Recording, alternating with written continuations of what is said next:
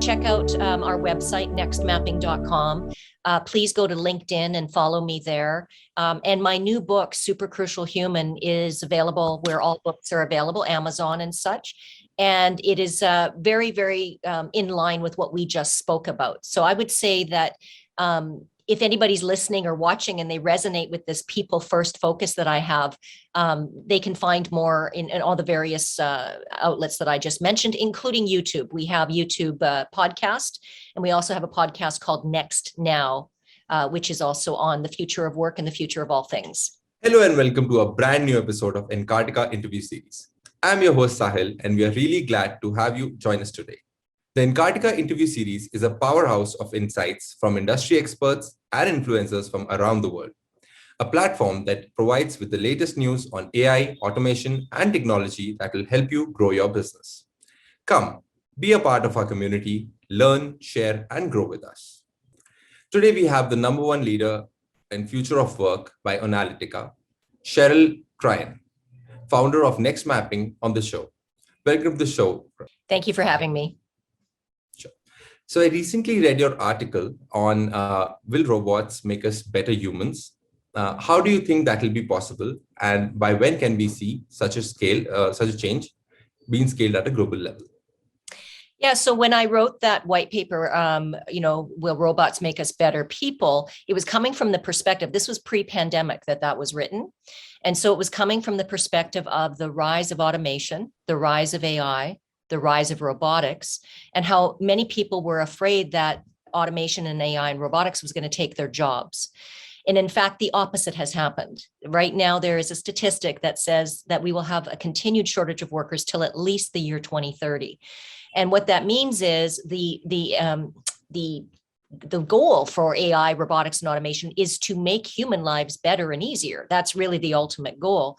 So if that happens, and we are already seeing that happen, automation, simplification, machine learning, all of those things are enabling us as humans to leverage and up-level ourselves to not focus so much on the mundane activities or the things that we really didn't like doing, administrative type things, and allowing us to elevate ourselves to rise to more of a leadership mentality, regardless of our title. So what I'm seeing in business is that the skills that we used to value, such as data input or those kinds of things, they're still important, but AI is able to manage that now and is able to parse that. So that means for humans, I believe that as we automate the mundane, we're elevating the humane. And in my new book, Super Crucial Human, I talk about the goal for all of us is to be better humans as we continue to automate through technology. Yeah, I love your example about Siri interrupting a father and a son talking. That really struck a chord with me personally. Sure, I'll move my next question. Any change in technology first requires a change in leadership approach.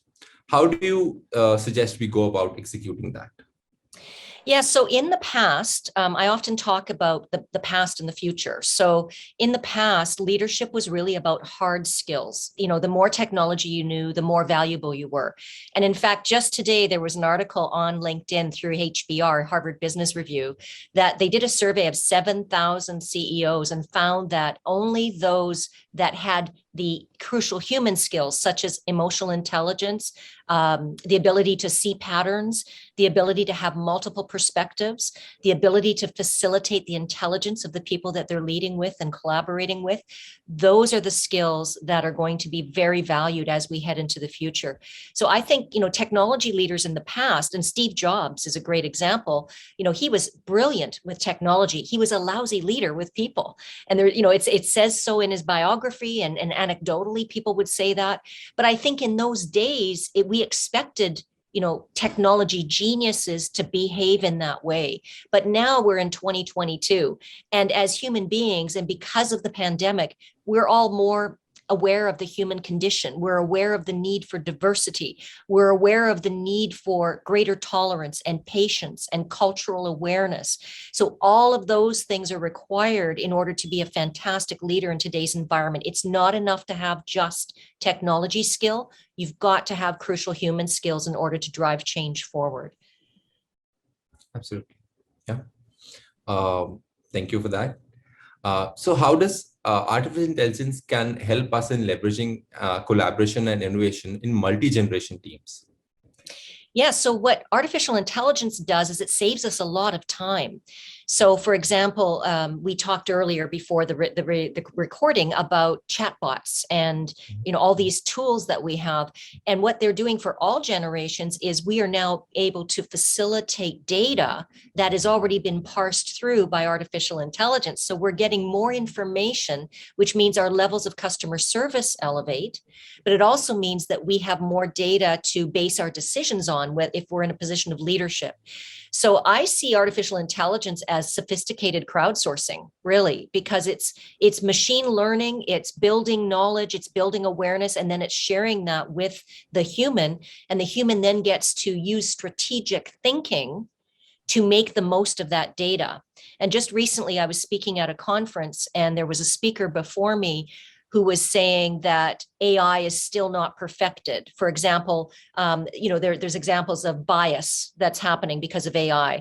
Correct. And so I thought that example was great. But at the same time, what I'm saying to that is we've now had almost 5 years of machine learning. And you and I know that AI gets better as it builds more data. So we're in that phase now. So as more data gets consumed, it's elevating all of us, regardless of our age, regardless of our generation, to have more usable information. And I think that's the key, is usable information in order to make more elevated decisions. Sure, yeah, that's a unique perspective to look at. Absolutely. Even I guess there was an issue around tone mapping when AI got into capturing photos. There was a lot of issue of people of color having their tones not mapped correct, and now Google has released an update which does this very awesomely. So it's possible to do it with the correct data set, as you mentioned. Yeah. Absolutely. Also, I would add to that gender.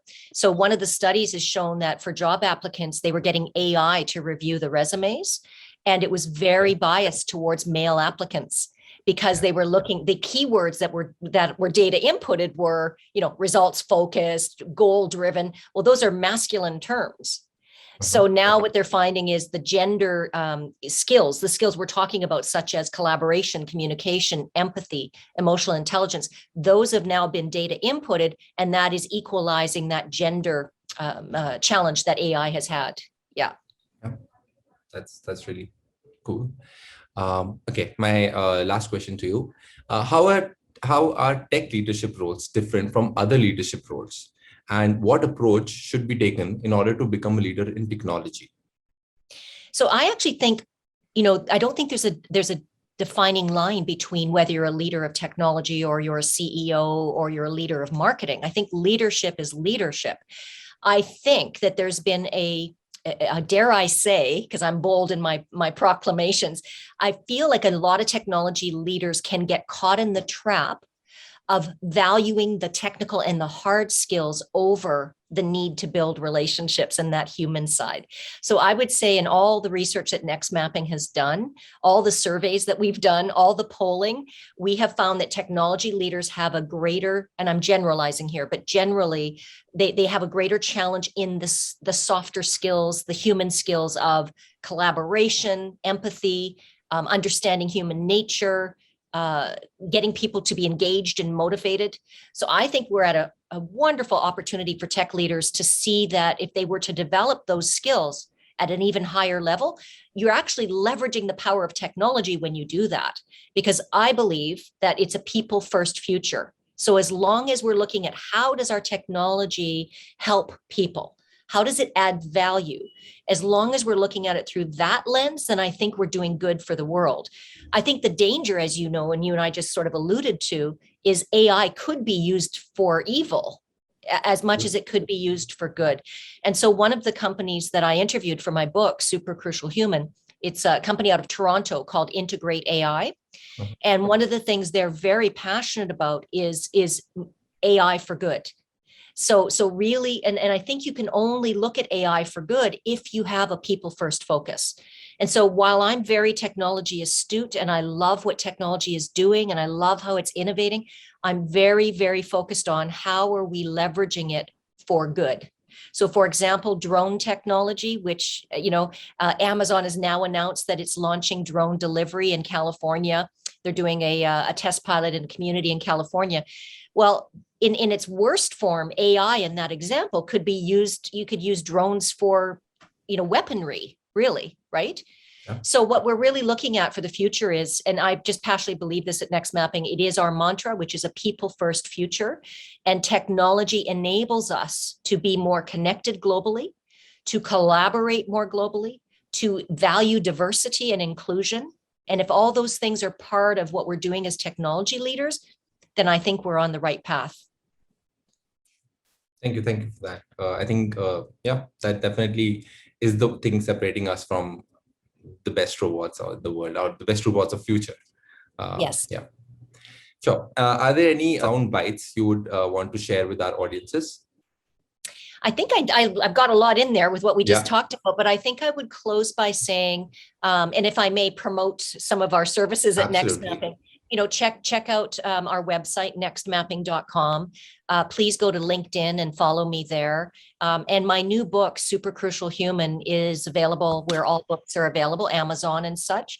And it is very, very in line with what we just spoke about. So I would say that if anybody's listening or watching and they resonate with this people first focus that I have, they can find more in all the various outlets that I just mentioned, including YouTube. We have YouTube podcast, and we also have a podcast called Next Now, which is also on the future of work and the future of all things.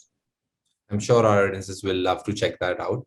And your hooks were also organic. That's why they didn't feel like hooks at all. Thank you so much for sharing your valuable insights with us.